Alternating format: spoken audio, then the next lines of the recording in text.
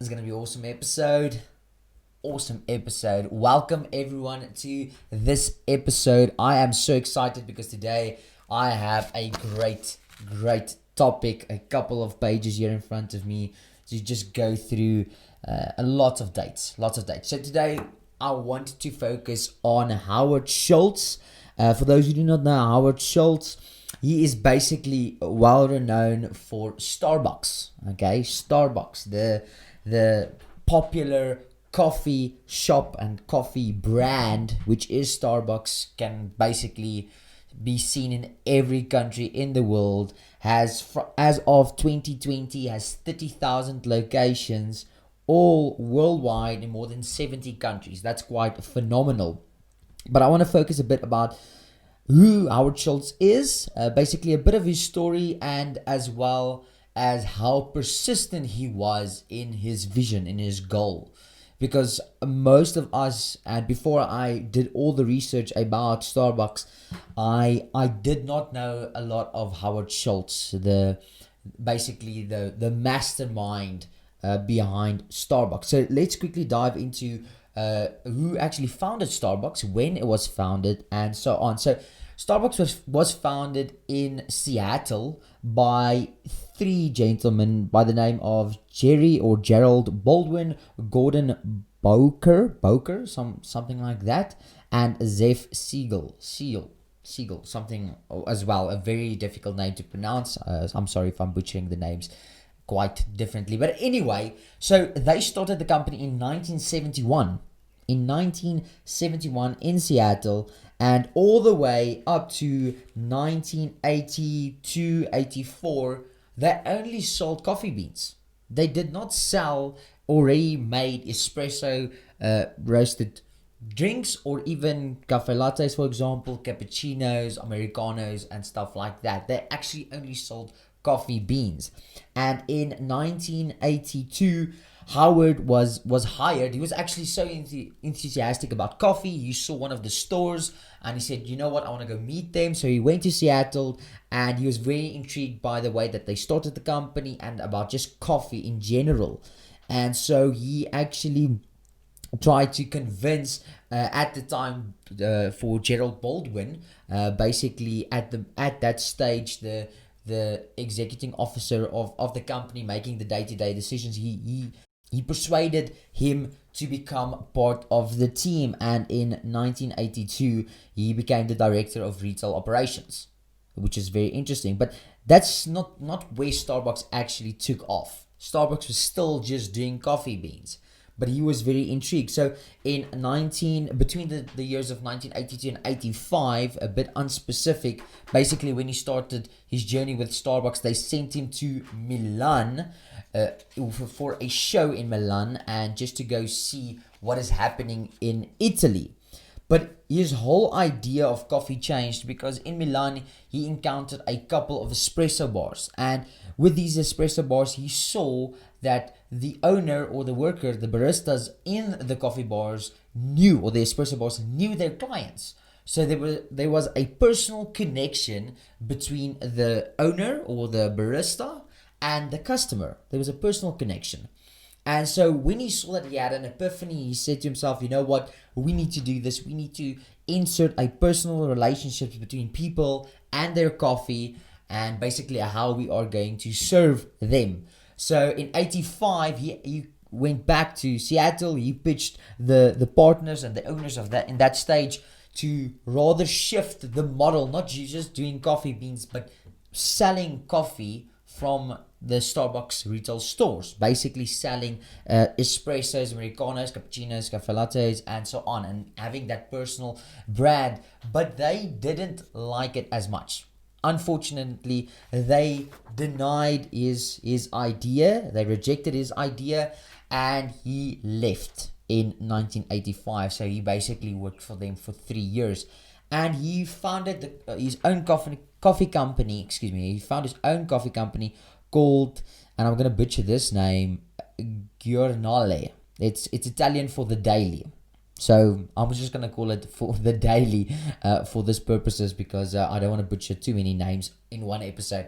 But anyway, he founded a coffee company called The Daily, and he inserted what he saw from Italy, from the espresso bars in Italy and Milan specifically, how they had the personal connection between a customer again and the barista with his coffee. So he founded the company, and during that year he needed to raise a couple of million to get his company off the ground. So in order to get his company off the ground, he raised 1.6 million. 1.6 million in 1985. That's quite a long time ago. So that was also a lot of money, a lot of purchasing power. And this is the interesting about Howard Schultz, and I just want to have a 2 or 3 minute period on this, is he definitely had a goal. He had a goal that he worked to, and he was persistent in what he envisioned his company to do. Because in that course of a year, he spent to raise 1.6 million. In that course, he spoke to 242 people. He spoke to 242 people to raise money, and 217 said no. 217 said no. This is such a big lesson for any entrepreneur that is listening to this episode right now, because as an entrepreneur, I've encountered many people that say to me, my ideas are stupid, or my ideas cannot work, my ideas are flawed. And granted, not all ideas can work, but he had a vision, he had a goal. He said he's going to do it, he's going to make it happen. And after 242 people, 270 said no, complete no, this cannot work. Yeah, I actually have a quote here. He said, try to imagine how disheartening it can be to hear that many times why your idea is not worth investing in. It was a very humbling time. So if you have an idea, put it on a drawing board, put it on a piece of paper, speak to people, speak to friends and family, speak to maybe colleagues at work, bounce ideas off of them, because many will say no. But that doesn't mean that your plan or your idea is completely flawed. Sometimes you just need to shift your idea, shift your plan a bit, but your ultimate goal is still ahead of you. So the one thing that we can take out of this episode definitely is Howard Schultz had persistence, and that is a key factor of success. If we look at all major TV stars, sport athletes, we can even look at the business world. Many entrepreneurs, they had persistence. Persistence is a key and a definitely an attribute of success. So, like I mentioned, he spent the year and speaking to 242 people. 217 said no. That is quite disheartening. I even feel that's quite a lot. But anyway, that's not the case, because there is an amazing story behind his persistence. In 1987, his company, The Daily, acquired Starbucks for 3.8 million, and he became the CEO of the Starbucks Corporation. He became the CEO of the company. He left because his ideas wasn't great for the previous owners or the previous founders, and he became, at the end of the day, the CEO of the corporation. At that stage, in 1987, Starbucks owned 6 stores. They were operating 6 stores in 1987. That is definitely something to just note, because in between the time from 1987 and 1992, the company went public. In 1992, it had 165 stores in 1992 and made 93 million in revenue that year. That is quite phenomenal to think. The stores or the company, Starbucks, went from 1971 to 1987, and it only had 6 stores. It changed its model just a bit, from only doing coffee beans and selling coffee beans to selling coffee, drinks and beverages from the store to enjoy. It only had 6 stores in basically 16 years. And Howard took it from 1987 to 1992. He took it to 165 stores and 93 million in revenue. That is quite phenomenal. In the year 2000, Starbucks had grown to a global operation and had more than 3,500 stores and did 2.2 billion in revenue. That is phenomenal. This is a true success story of somebody that did not take no for an answer. He had persistence. That is amazing. I love this story. But this is the interesting part. So he had persistence, he had a vision, he had a goal that he was working to. He was definitely passionate about coffee. You can see this right through his career at Starbucks and the way that he saw what coffee did to its customers, the love, the personal relationship customers had with their cappuccino. I'm like that. I love a good cappuccino. But in the year 2008, and this is an interesting part, in 2008, he closed temporarily, he closed 7,100 US based stores. Just because, and this is a very interesting part, just because the baristas didn't make the perfect espresso. So he temporarily closed 7,100 stores to retain the quality, the standard that he envisioned.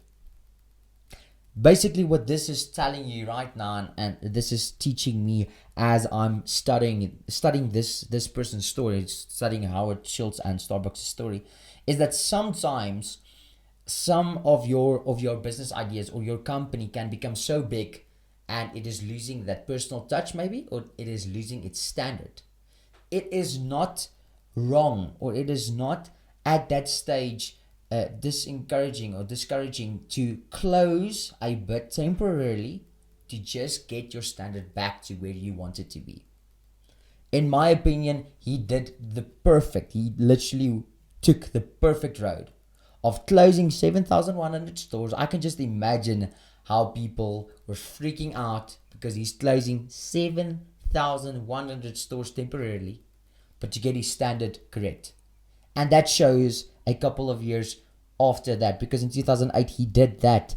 But over the next 2 years, from 2008 to 2010, he tripled his profits, the company's profits, from 315 million to 945 million. Just because he took a step back, got everything ready again. The standard needs to be it needs to be higher than it is. People lost a personal touch. He restored that, and boom, 2 years later, tripled his profits from 350 million to 945 million. This is epic because many people, like most people, 99% of entrepreneurs will never even do 945 million in its lifespan.